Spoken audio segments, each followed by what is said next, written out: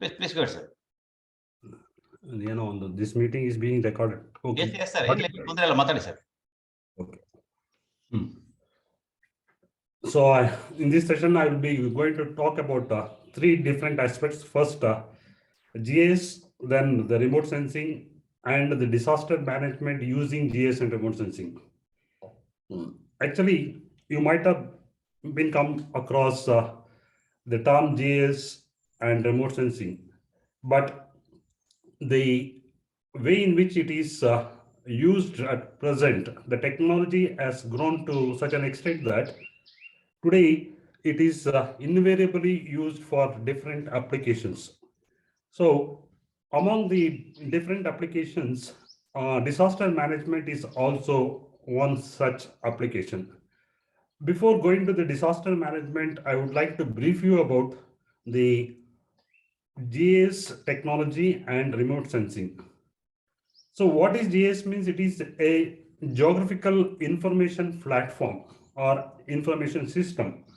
Means we know that the Earth is composed with a lot of the physical features and also the information attached to it. Means all the physical features that are seen on the land will be brought into a digital format. The digital format means only in three digital format: the line, the point, and the polygon. So if I want to mark a electric pole, I can use it as a point, or a tap, I can use it as a point. So also, if I want to mark a hillock, say for example, Chamundi Hill, that can be marked as a polygon. And if I want to mark a road, I will be marking it as a line. So this kind of a point, line, polygon are the basic, actually it is the basic digital format through which we can able to make a lot of analysis, because without bringing the Earth information into the digital format, it is not possible to make any kind of a decision. So this is how it will be done. With this brief introduction, so a GIS means a software platform where Earth features and its associated informations are processed for decision making. So means the applications are vast, means we can make decision making where to exactly cultivate. So for example, I wanted to know where exactly a feasible physiographic conditions is available for cultivating strawberry in Karnataka or in Mysore district. That can also be obtained, means where exactly that place is available on this in this district. So also sites suitability analysis means if you want to establish a particular school or a bank or a railway station, which place, which exact location will be feasible from all dimensions. So from this point of view, the applications is innumerous, and we'll just go on one by one. And here, the what type of Earth features that man will be able to do analysis means Earth features like the natural and man-made, because we have the Earth composed with both natural and man-made features. For example, electric pole is a man-made feature, whereas a tree or a particular hillock is a natural feature.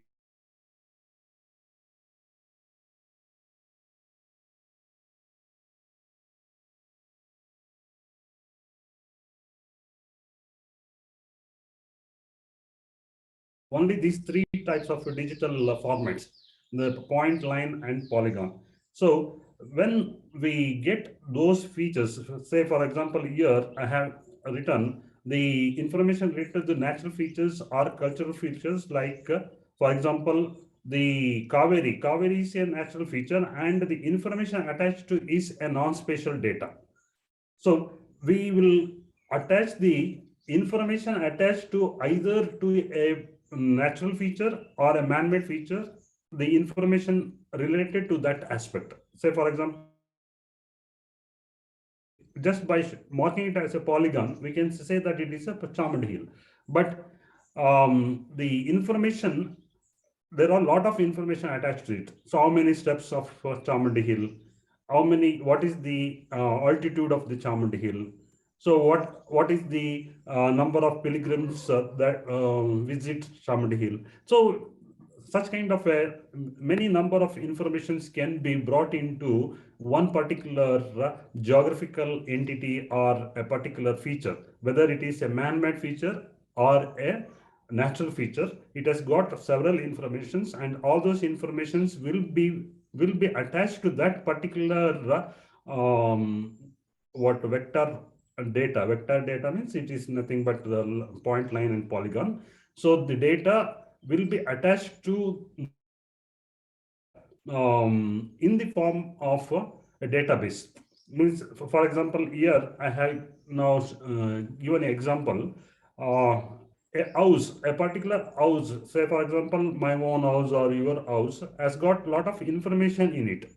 So the information can be brought into digital format by linking it to the database. Means we create a point, line, or polygon, and a polygon for a house, and that house information will be created in a table format, and that table will be linked to that particular point or line or polygon. So what will happen when we just click on it, the entire information related to that particular point or line or polygon will be can be viewed. Means we can see the information, what are the information related to that particular geographical data is. So there are different ways through which we can obtain the data. So as I said that the entire Earth surface is possessing one or the other kind of a natural or human created features. So these natural or human created features should be it should be brought into digital format. We call it as digitizing. Digitizing means we are going to bring into the digital format through registration and projection. Proper projection should be used in order to get it to the proper scale.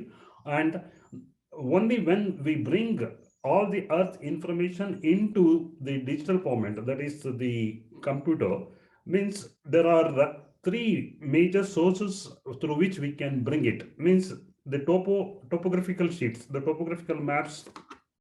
So I hope if you have any questions, you can interrupt me and ask questions. It's not a issue. So if you are clear, is it clear? Everybody could able to understand? Yes, sir. Yes, sir. Okay. 1 minute. I just went on to.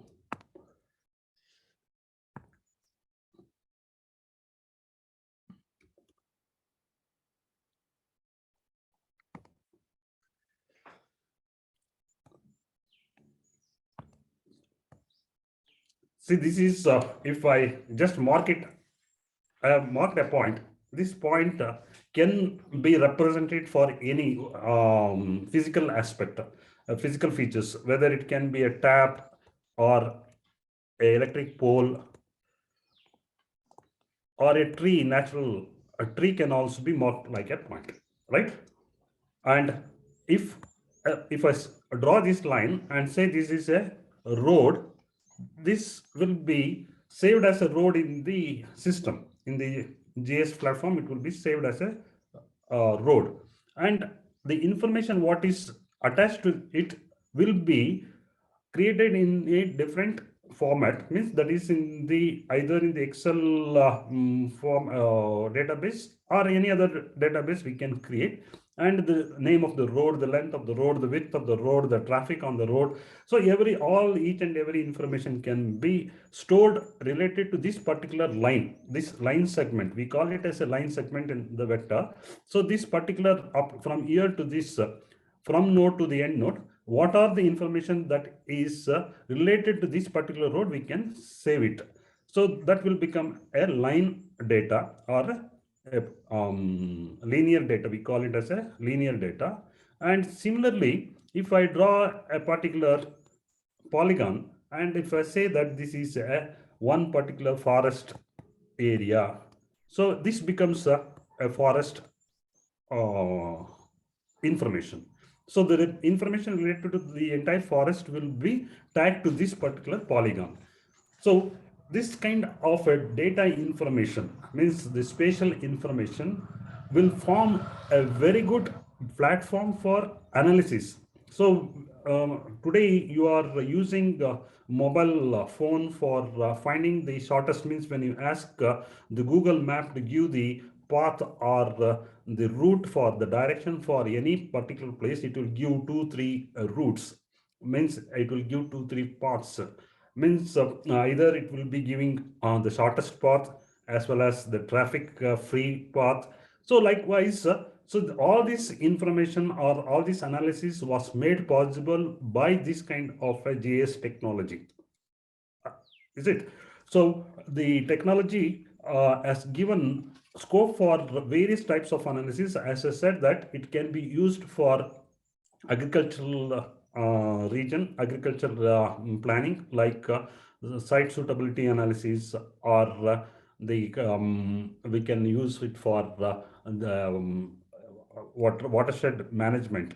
Watershed management, where exactly how much of water should be delivered, what is the type of soil, what type of rock, what is the type of on the slope or the gradient. Depending on all these aspects, we can determine what is the type of irrigation system to be carried out in that particular region or area. So the entire area or the surface of the earth, now it has brought down into a digital format through this kind of a GIS. So you have all the information. Now today we have the GIS data for almost all the area of the world. Means if you take, I will be doing some digitizing work for my own area, and some other scholar will be doing for their. So likewise, we have the whole area digitized for the entire world, and the database has been created, and it is we can exchange our data to make utilize of this information. So as I said, that this digitization means we cannot go practically to the field and do surveying and get the data transferred into digital format. It is available through three formats, means the topographical sheets, the topographical maps. The topographical maps are looks like this.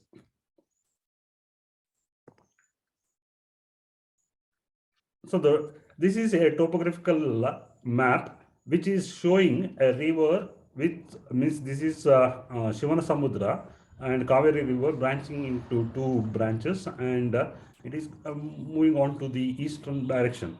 So this topographical map, we can use it as the base for digitizing and getting the data of the entire area. Means we can digitize over this river and make it as a river spatial data.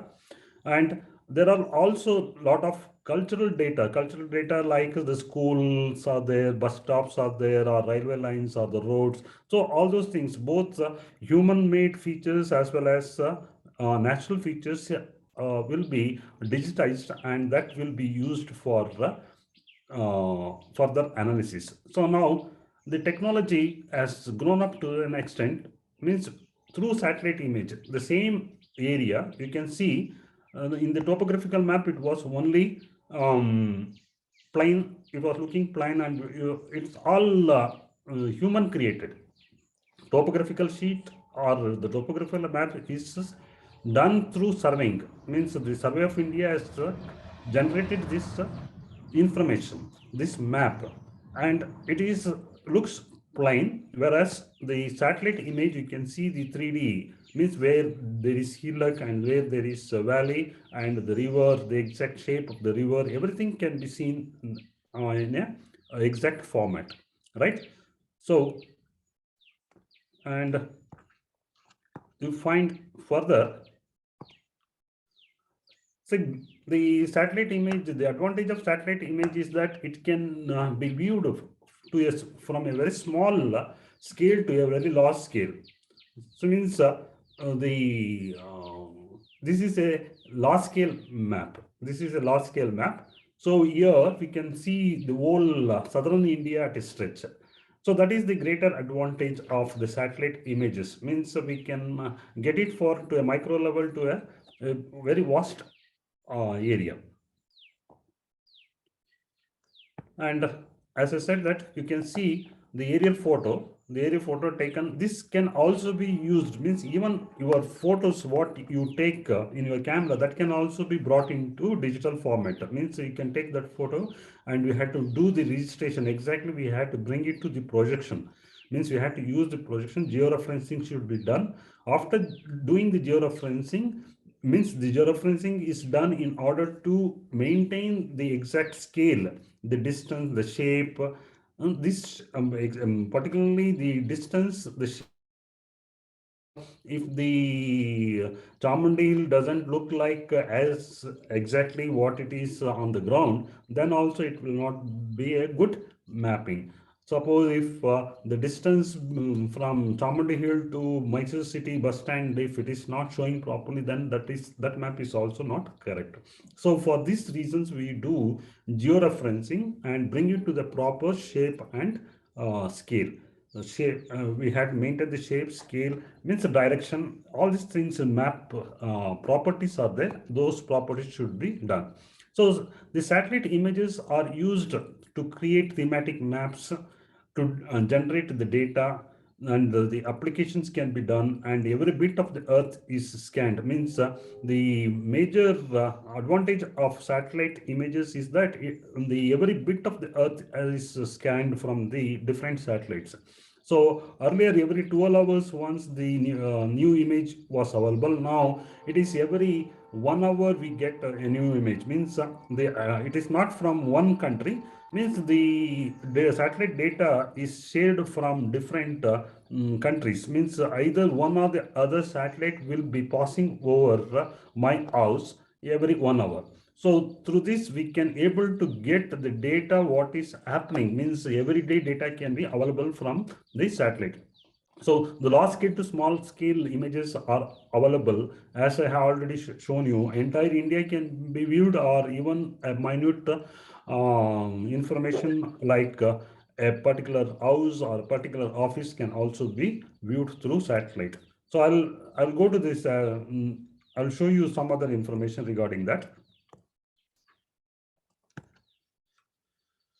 So why GS and remote sensing applications are powerful means it is authentic. There is no any fooling or see, for example, in the earlier days, whatever the village accountant provides the data, that used to be the data for the entire country. Means what is providing, what is the total area cultivated, means ragi cultivated area, paddy cultivated area, or what is the area under barren condition, not fallow condition, or whatever the information that a particular person who is there in the field who provides the information, that used to be the base, and that used to be the actually we had to trust on that data. But today we need not to depend on any of these people.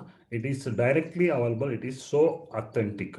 Means whatever there on the ground that we get, whether you place a particular table on the ground today and tomorrow, if you remove that table will also be recorded, or it will be captured. So that much of authentic information will be available and up to date, because since we are getting the data every 1 hour, it is up to date. Means we can see what is the transformation that is taking place over an area, whether it is for the positive reasons or the negative reasons. Say, for example, if it is the land encroachment, so what is the type of land, or the city growth of the city, so what is the growth of the city. So likewise, we can have both the positive information regarding means every day information, every hour information is so valid and easy to study. Means we need not to depend on anybody else. Just if you download the satellite image, you will get the satellite image, and you had to just have these tools, the softwares, in order to get the information properly analyzed. And quick diagnosis of the problem. Means we can immediately get to know what is the problem. Say, for example, as I said, that the city growth is taking place in one particular direction, which is not good, means we can take proper measures to stop that particular development, and we can channelize the growth of the city in another direction. So also, for example, the irrigation, which are the places that can be brought under irrigation to make utilize of the optimum utilization of the water resources. So that can also be done. Means there are various, which just I'm giving only few examples. It is so much application oriented that we can, the person, when he involved into a particular decision making or problem solving, means the problem solving issues, then they will be taking up the different type of data, and they can make utilize of this remote sensing in GS, as well as optimum as for perfect results. Optimum as well as it gives perfect result, because since we are dealing the exact data, we are collecting the exact data from the satellite images, because the satellite images cannot give any duplicate information, or yeah, what is not there it cannot give, or it cannot make it into double and give, because that used to happen when we are depending on the human data. Means when a person was asked to go and collect the information, means he may by oversight or mistake he can add, or he may omit also, but that is not possible. So we get optimum and perfect results, and continuation of research is also easy, because what one person has studied, that information will remain on the ground, and it is easy for the another person to continue that particular research. In that way, the GS and remote sensing together is playing a major role in today's planning and decision making.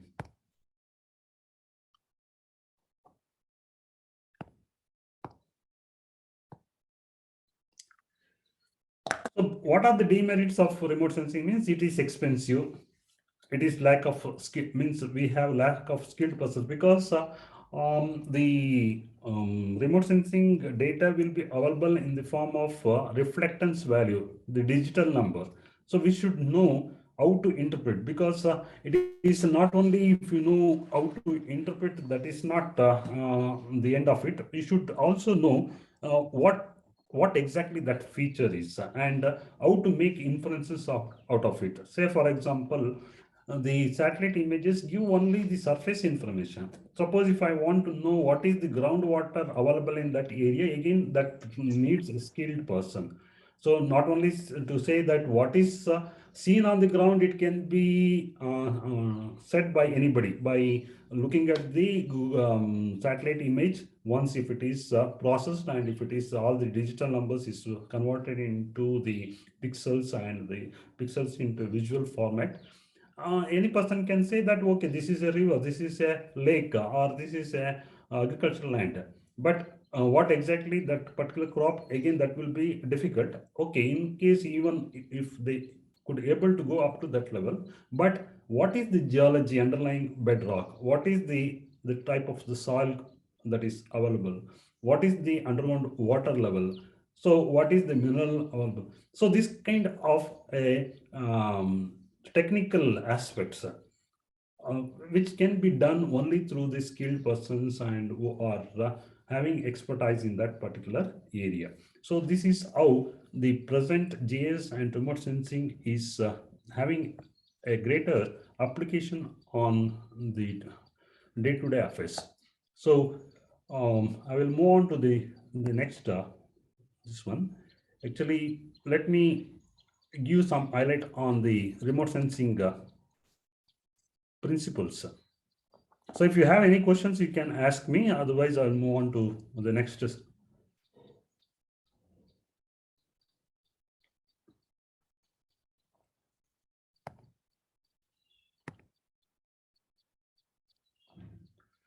So what is the remote sensing technologies? Means it is an art, science, and technology of obtaining and recording information about an object without being in direct contact with that object from a remote platform. Means it is we see the satellite images are kept so far, means more than 800 kilometers. 800 kilometers away. It is launched. It is there in the space at 800 kilometers. From that distance, it is recording the information about an object without direct contact with that object from a remote platform is called as remote sensing. Means we have our remote controller, TV remote control. It is the same way it is also functioning. So remote sensing is an art since it involves cartography. Remote sensing is a science since it involves the physical principles of electromagnetic radiation and optics, etc. And remote sensing is a technology, it involves technology of satellite launching, monitoring, retrieving, and disseminating details. So all this process is involved in remote sensing. Yeah, means there is a mapping technology involved. There is a physics involved in electromagnetic radiation capturing, means the sensors and the processing of the sensed electromagnetic waves. All these are all related to the science or physics, and the technology like monitoring, retrieving, and also launching the satellite. All these are all based on the existing technology. The types of remote sensing we have, there are two types of remote sensing: aerial remote sensing and satellite remote sensing. Aerial remote sensing is the remote sensing which is done through the. Excuse me, sir. Nim slides na full mode ಮಾಡ್ತೀರಾ please. If I, because of, okay, I'll do it.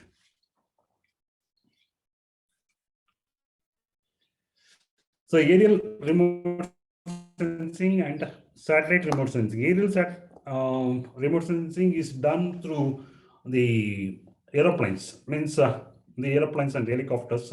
They fix the same sensors. The sensors what is fixed in the satellite. The same kind of a sensor. They fix it and they fly the flight for a particular. Means if they want to have the detailed information of a particular area, they will try to do this. And that is aerial remote sensing. And satellite remote sensing means it is the as I said, the satellites which are launched in the space, they capture the data of the earth and they will be utilized. See, we have in the satellite remote sensing two types of there: polar orbiting satellites and geostationary satellites and spy satellites. There are many more satellites, means particularly designed to capture the oceanic data. So there's a change in weather condition. So there are many number of satellites. Let me not, means it is based on the location, means where exactly they are placed in the space. Based on that, we have these polar orbiting satellites and geostationary satellites. See, this is the polar orbiting satellites, which is called as the sun synchronous satellites. Means it will be moving from the north to south pole. And the geostationary satellites are those satellites which will be just it will move along with the earth. The satellite and the earth movement will be synchronized, so that it will not, means that particular satellite will not or lose its capture area of that particular region. So it will be all the time, all the 365 days, 24 hours a day, it will be on the same area. Passive and active remote sensing. Passive and active remote sensing means it is when there is a sun, that will become the passive remote sensing, because the sun radiation will be the main source of data capture. See, if you use, means we are our eyes are passive when there is sunlight. So when our eyes will become active during night time, means we had to make our eyes so clear that we should see in the night. Means there is when there is a sunlight, the data will be captured by the sensors from the sun's radiation. The reflected waves will be returning back to the sensors, and that will be captured. So that will become the passive remote sensing. Whereas during the night time, the satellite itself will shed the light and it will capture the reflected radiations. That is called as active remote sensing. So means we use the passive system uses the sun as the source of electromagnetic radiation. Radiation from sun interacts with the surface, and the detectors on the board remote sensing platform measure the amount of energy that is reflected. So, and in active remote sensing, it uses its own source of electromagnetic radiation. This one will the space satellite will use its own electromagnetic radiation. From that electromagnetic reflected radiation, it will capture the information. So this is the two types, means the sun without during the sun or the daytime, and during the night time. So the night time is called as active remote sensing. During the daytime, it is called as the passive remote sensing. So the remote sensing system has got this many actual process, means the sun radiation is coming over this earth surface, and this radiation is reflected, means it falls on the tree, it falls on the houses, it falls on, means each and every bit of the land or the surface of the earth will be reflecting back its waves. The reflected waves will be defined by its wavelength. So based on the wavelength, what is the object on the ground, it will be decided, means it will be identified. So here the plant has got, the tree has got a different wavelength of reflecting wavelength.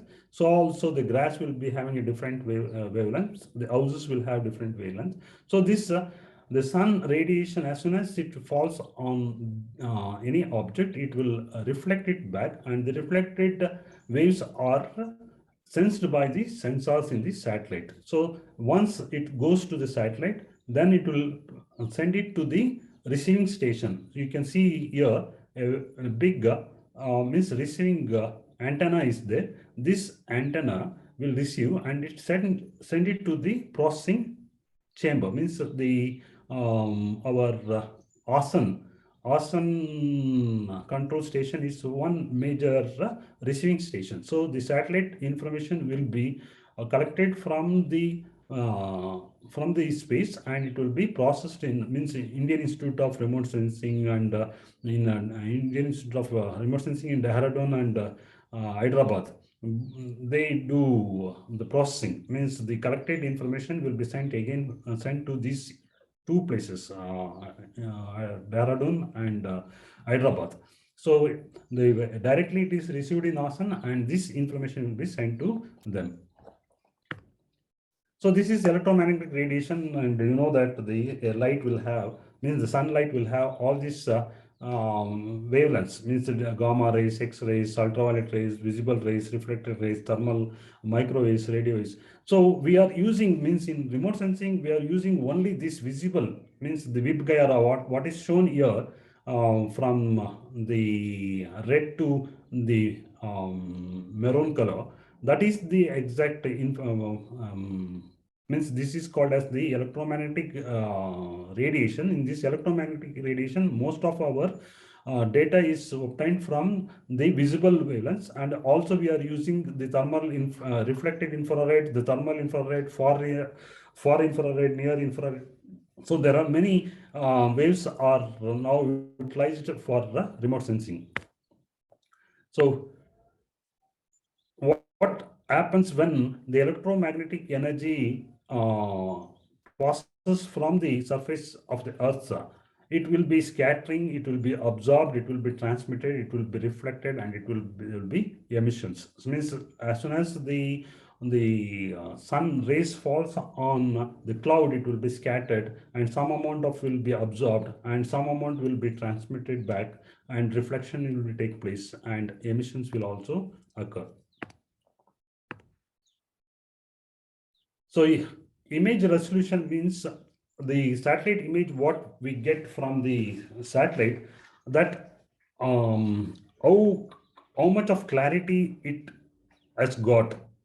The resolution consists of the spatial clarity, the spectral clarity, the radiometric clarity, and the temporal. Means the resolution is based on spatial means.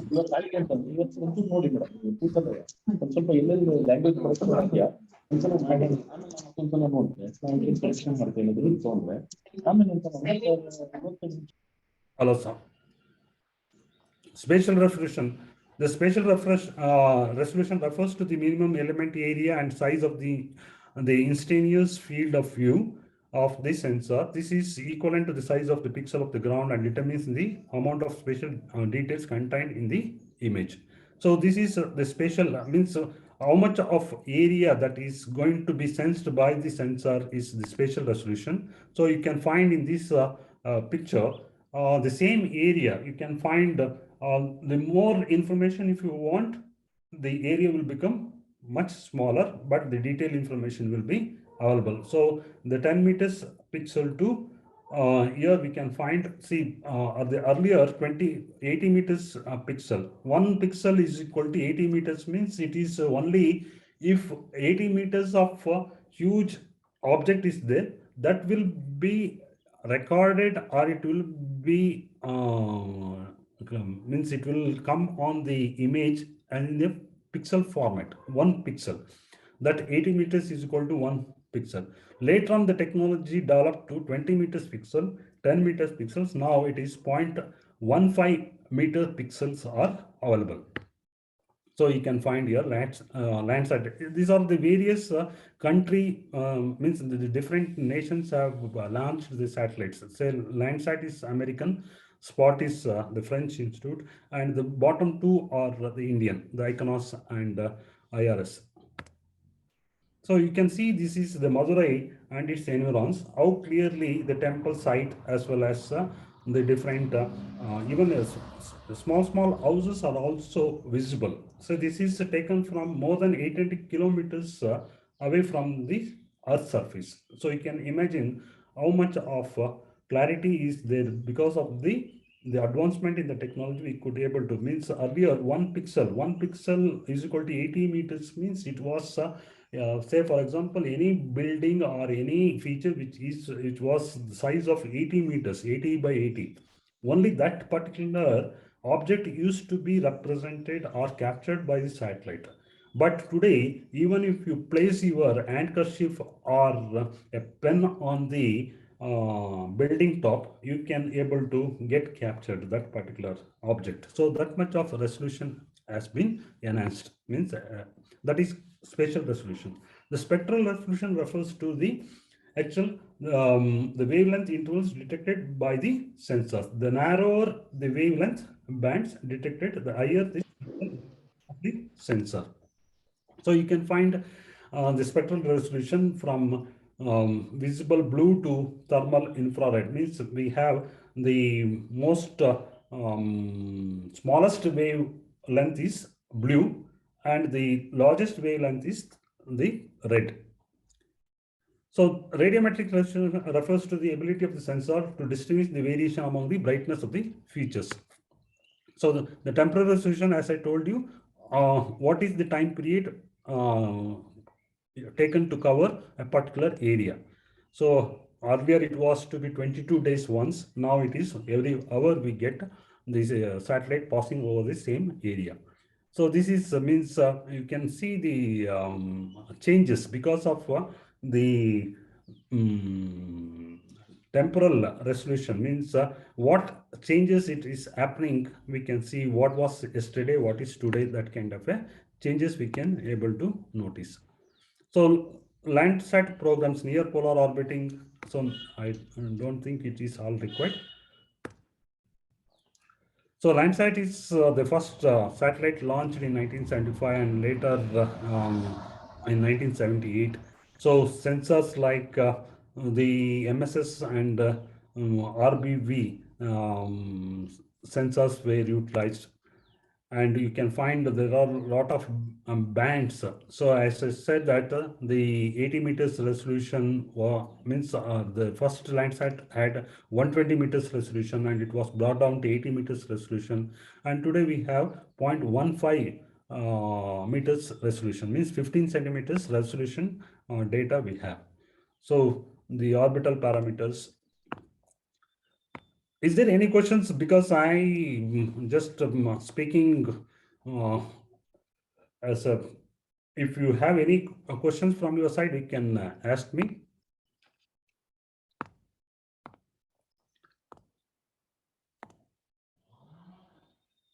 So the spot orbit means the satellite which is launched by the France government.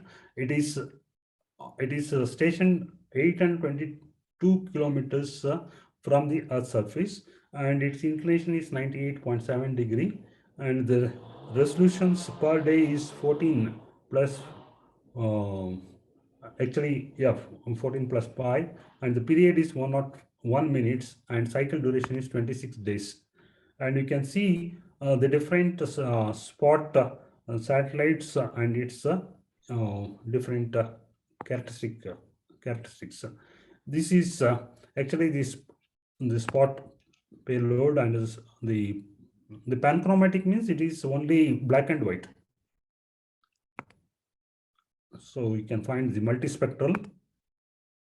So ICONOS, the high resolution satellite, was launched in April 27, 1999 through the Athena to be launched in California. So this is a 1 meter resolution. So Indian remote sensing has done tremendous progress in satellite technology, remote sensing technology. We have IRS-1A, which was launched in 1988, and today we have several satellites have been launched, and Cartosat data is another major breakthrough in our Indian remote sensing. So which used to cover a swath of 30 kilometers at a resolution of 2.5 meters. So this is the Cartosat data of Amritsar city. So you can find the Golden Temple here. So ISRO centers are placed throughout India in different cities, and they are these ISRO centers are the main aim of the ISRO is to give the Earth information, the total Earth information, geographical information to the whole nation, so that it can be made used for different levels of planning. Means whether it can be agricultural planning or industrial planning or urban planning or disaster management and planning, water resources management and planning, building check dams, or so extracting, identify the minerals, identify the groundwater. So different applications are there. So they are putting their best effort to give the information of the entire country. Okay. So with this, I'll come to an end of the first session about the remote the technology. Means I just wanted to give a glimpse about the GIS and remote sensing technology. What are its uses and what are its characteristics? So if you have any questions, you can ask me. Otherwise, I'll move on to the disaster management now. So is there any questions regarding GIS and remote sensing?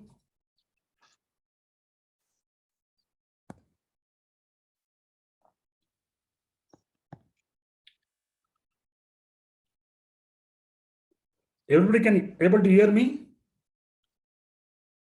So anybody can answer? Yes, sir, we are hearing. Sir, we can hear, sir. Audible, sir. Okay. Yes, sir. Okay. So if you have any questions, you can ask because I have, we teach this for the whole semester. Or GIS is itself will be for 2 years course, and remote sensing will be another 2 years course. I have brought down in a very capsule form in just about 45 minutes, I think. So if you have any, if you want to have clarity about any aspect, you can ask me question now or even at the end of. I'll just keep 10 minutes for discussion in the last session. Okay, is it all right?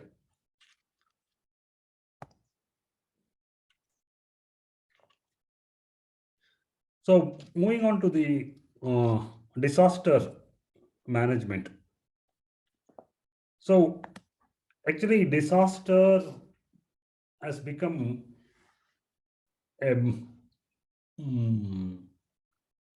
it has gained a lot of importance nowadays.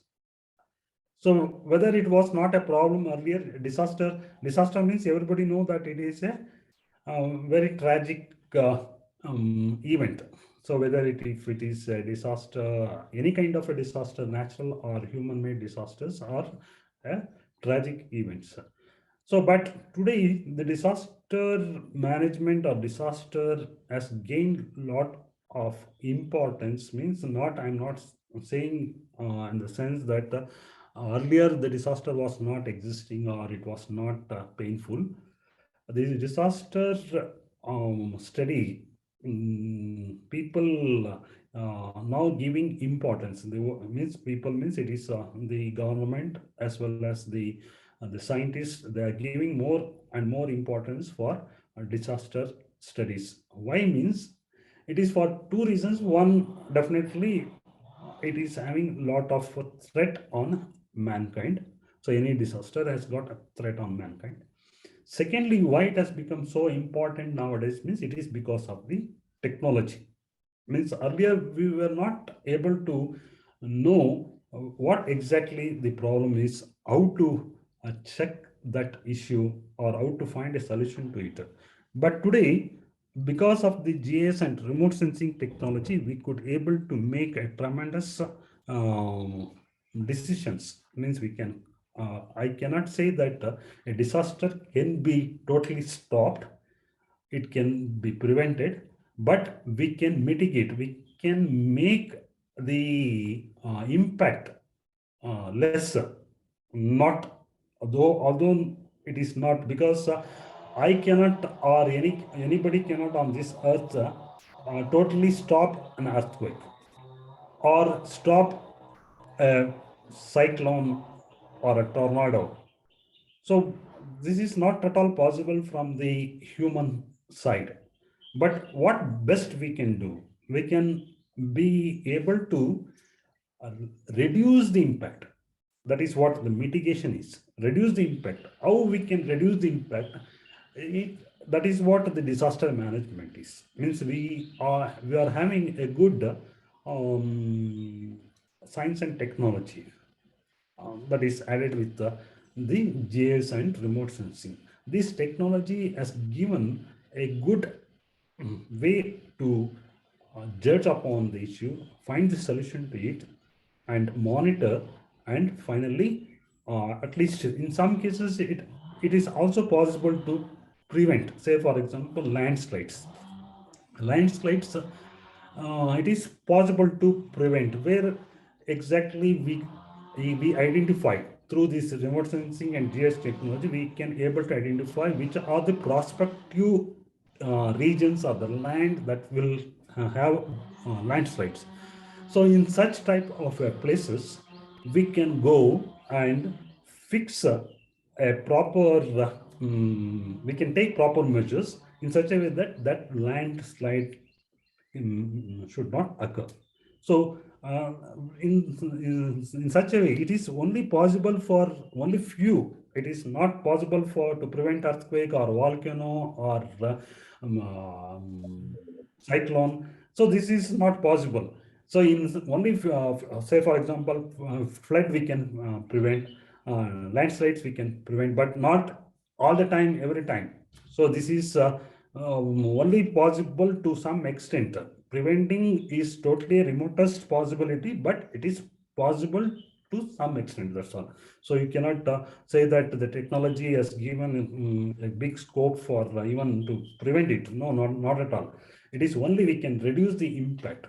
Means a disaster is a major what damage to life and property. So we usually call it as a disaster when it hits and it kills the people, then it will be major.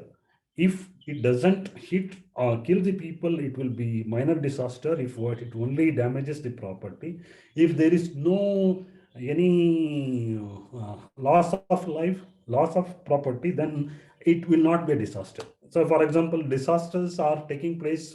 Many a lot of disasters are taking place in the ocean, but we are not at all considering, and no television or news media will go and report that. It is only when a man die, when a human die, then that will become a big news.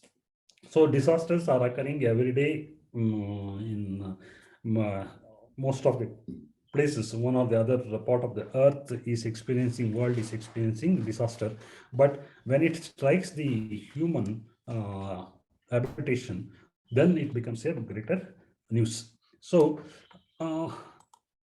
here, just I made the flow of my presentation means it is in 3 stages, the types of disasters that are occurring around the globe.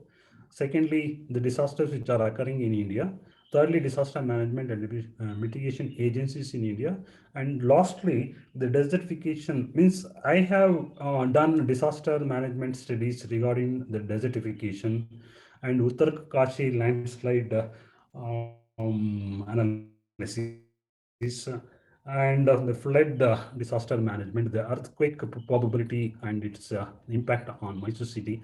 So these disaster studies I have done. I'll give a few of my own study inputs to you, so you will be able to understand better.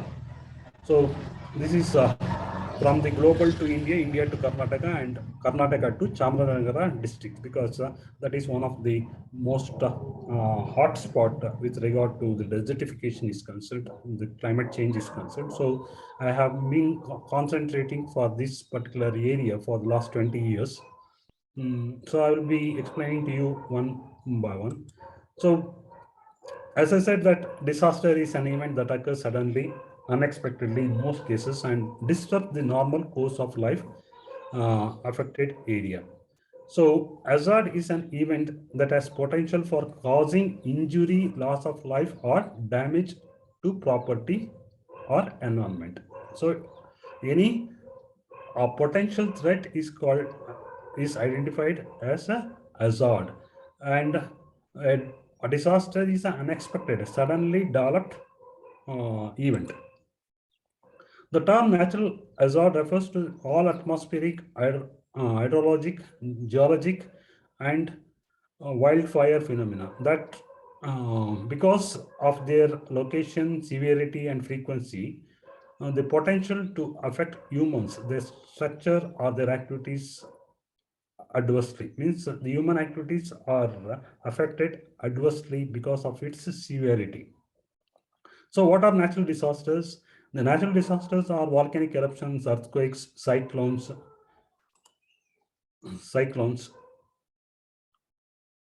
uh, avalanches. Avalanches means it is the, as we call the landslides, it is a ice slide is called as ice block. It is called as avalanche, the snow slides and ice slides, the flood, drought and desertification, forest fire, and landslides.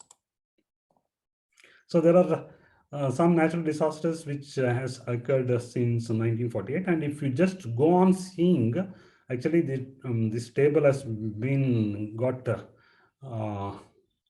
yeah, it is disturbed because I have brought it to the Google document. So here you can find the year, location, type, and deaths. So 1948, the Soviet Union, the earthquake which has killed 110,000 people. And we can just go on the floods, 57,000, 30,000, And the earthquake again 30,000, 66,000. The tropical cyclones 30,000 earthquake, 7 lakh people in China. 1976 earthquake has killed 7 lakh people in China. In Iran 1990 earthquake has killed 50,000 people. And 2004 tsunami which has hit Indonesia, Sri Lanka, and Philippines and all these places has killed 5 lakh people. And in 2005, the earthquake which occurred both in Pakistan and India has killed 70,000, and 2011 tsunami has killed 15,842 842 people. So likewise, we see the disaster is continuous and it is occurring. Most of the disasters are a natural one, and in this map you can find location of cities by population size and the level of vulnerability to disaster related mortality. So this map is a good information, because you can find there is a population, means the smaller the circle, very smaller population. Bigger the circle, bigger the population. And the color indicates the red color is most dangerous places for the means natural disaster vulnerability, the vulnerable places, and the green is the most safest. And if you look at this world map, you can find there is no place which can be called too safe. It's only in some parts of Europe and this. Can you see my cursor, movement of cursor? Yes, sir, we can see, sir. Okay. So in this part, some parts of Europe, we can find the green color. Other than that, so if I ask you, which is the most vulnerable area, can you identify the most vulnerable for natural disasters in the world? You can easily identify, I think. So which is that? If you continent wise or in the continent itself, you can, if you classify. Anyone can. I think Sudhakar Rao is quite constantly in screen, so that I ask Sudhakar. Sudhakar, you are from which college? Sir, I am Sri Siddhganga Women's College, Tumkur, sir. Okay, very nice. So here on this world map, Sudhakar, can you identify where exactly more concentration of red circles are situated? Sir, in that North American side and also in this Japanese side, sir. Okay, India and Japan. So we can exactly, it is the. And some parts of India also, sir. Yeah. India, northern part of India, as well as these Southeast Asian countries, including Japan, Korea, Philippines, all these countries comes under South Asia, Southeast Asia, and we find America, that is USA, the northeastern and eastern parts of USA, as well as the western part of Africa. These are the places having two severity of disaster.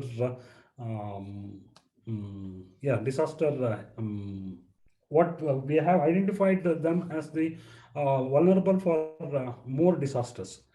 Okay. So countries with the most natural disasters, we find United States has got highest number of natural disasters, and where India stands, India is in the fifth place. 1, 2, 3, 4, fifth place, and the Brazil is the least. So if you look at the different types of disasters, the floods are the major one. So see, flood disaster, it is too high. Means we have the three index here: high level of exposure to disaster, high level of mortality from disaster, high level of economic issues from disaster. Means see why a disaster is so important. I said that it is for two reasons. Can you remember? One is for loss of life, another is loss of property. So any human wealth is disturbed. Actually, man will consider that his life is ruined. So from this point of view, you find high level of exposure to disaster means the lands which are highly exposed to flood disasters are 37 in number in the world, and in that high level of mortality from flood disaster is 76, and high level of economic issues from disaster is 72. Means if there is a flood, which are the places that will be losing more number of, say for example, flood is a major disaster in the world as far as this statistics is concerned. But do you know, flood is not considered today as a major disaster, whereas earthquake is a major disaster. Can you tell me why? Did you get my question? More deaths become more in earthquakes, sir. Yes, exactly. Earthquakes, deaths are more. Why? Say, I told you this. Within very short time, it will be get lost, sir. People. That's Okay. maybe Actually, that's my answer. yeah.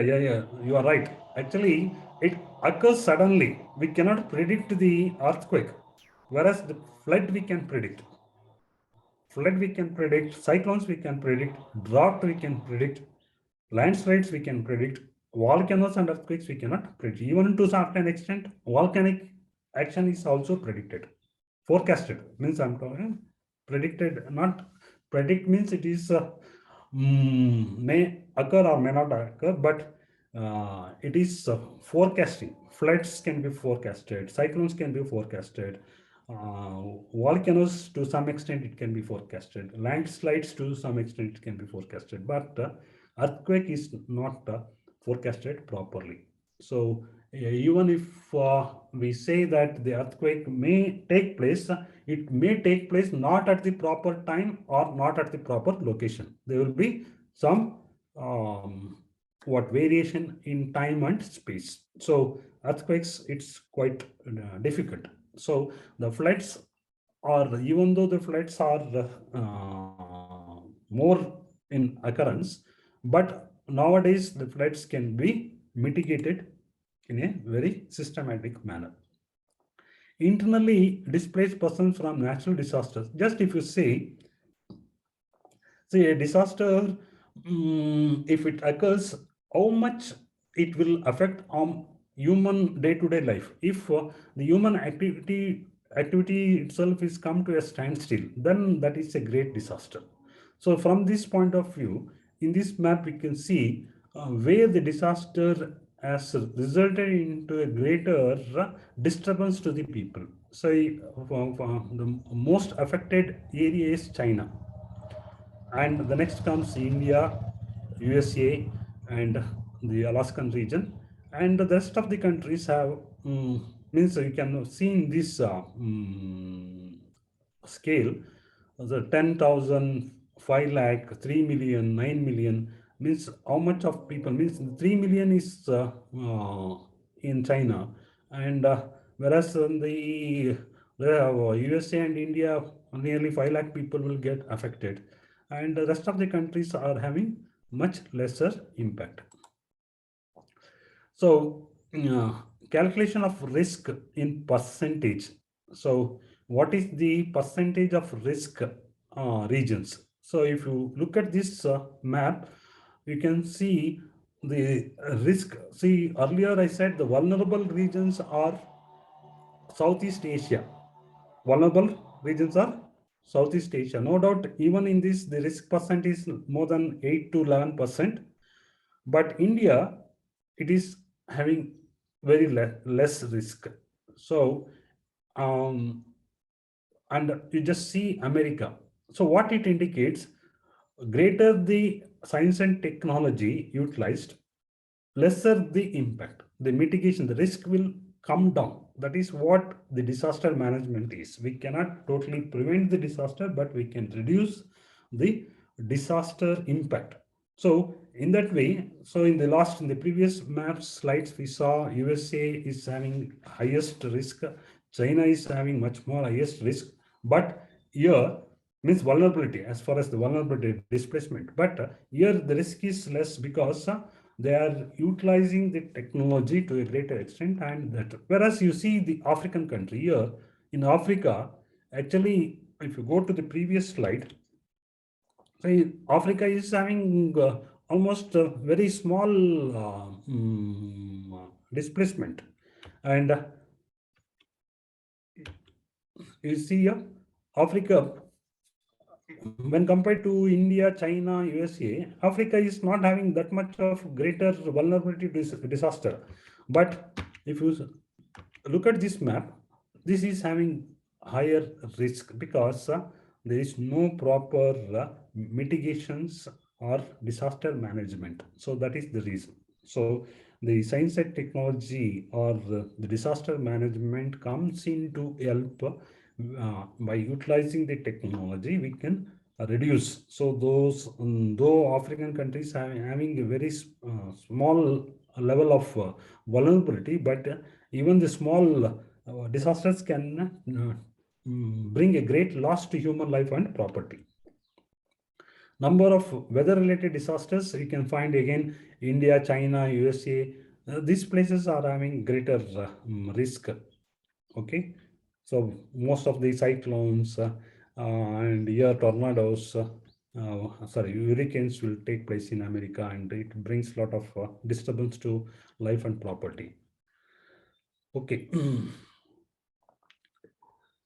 So let me, I think, should I give a break? So up to 10 to 11:30, I believe, isn't it? 11:45. 11:45.